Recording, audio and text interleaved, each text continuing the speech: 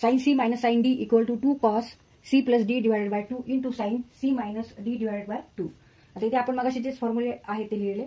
Sign A plus B equal to sine A cos B plus cos A sine B. Sine A minus B equal to sine A cos B minus cos A sine B. आता आपल्याला subtraction करायचंय. Subtract किंवा subtracting म्हणू. Subtracting equation 2 from 1. आधी हे equation लिहावं लागेल कारण ह्या इक्वेशन मधून हे इक्वेशन सबट्रॅक्ट करायचं. हे सेकंड इक्वेशन आहे आणि इथे साइन ए मायनस बी आहे. ए मायनस ए मायनस बी असल्यामुळे हे सबट्रॅक्ट करायचं इथे ए प्लस बीच्या. Sine A plus B minus sine A minus B equal to. आता हे पूर्ण लिहायचं आणि त्यातून हे सबट्रॅक्ट करायचंय.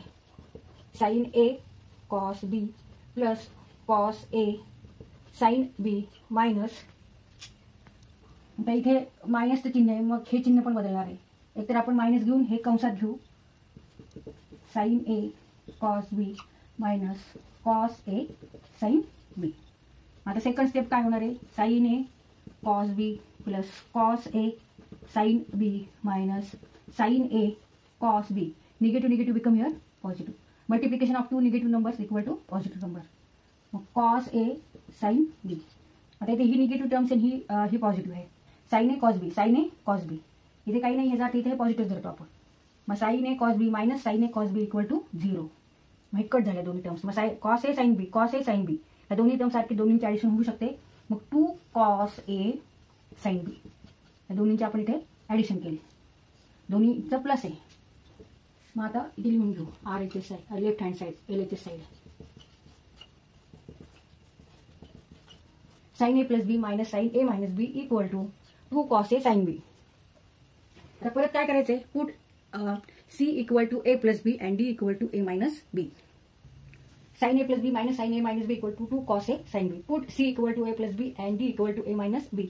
तर ए आणि बी ची तर आपल्याला काढायचं. A equal to what and B equal to what. मग परत मग आपण जसं केलं तसंच करायचं. सी प्लस डी म्हणजे ए प्लस बी प्लस ए मायनस बी. ए प्लस बी ए मायनस बी. मग ते निगेटिव्ह पॉझिटिव्ह एक बी पॉझिटिव्ह आणि एक निगेटिव्ह कट झाले. मग ए प्लस ए 2a. मग C plus D equal to 2a. Therefore A equal to C plus D upon 2. मग इथे ए इक्वल टू आपल्याला मिळाले. सी इक्वल टू माहिती आपणच घेतले आणि D equal to A minus B. आता आपल्याला काय करायचं. B equal to. मग आता काय करणार आपण सबट्रॅक्शन घ्यायचंय. इथे प्लस घेतला आपण सी प्लस डी. आता सबट्रॅक्शन सी मायनस डी. मग A plus B minus A minus B. C आणि डी सी मायनस डी. मग A plus B minus A plus negative negative become positive B. इथे positive A negative A equal to 0. B plus B 2b. C minus D. Therefore B equal to C minus D divided by 2. B equal to C minus D divided by 2. आता इथे आपण A plus B equal to C ठेवायचे. A minus B equal to D ठेवायचे. A equal to C plus D upon 2 and B equal to C minus D upon 2. Now put a plus b equal to c a minus b equal to d equal to 2 cos a c plus d upon 2 and b equal to c minus d upon 2. तर इथे आपल्याला हा सुद्धा formula पाठ करायचा आहे.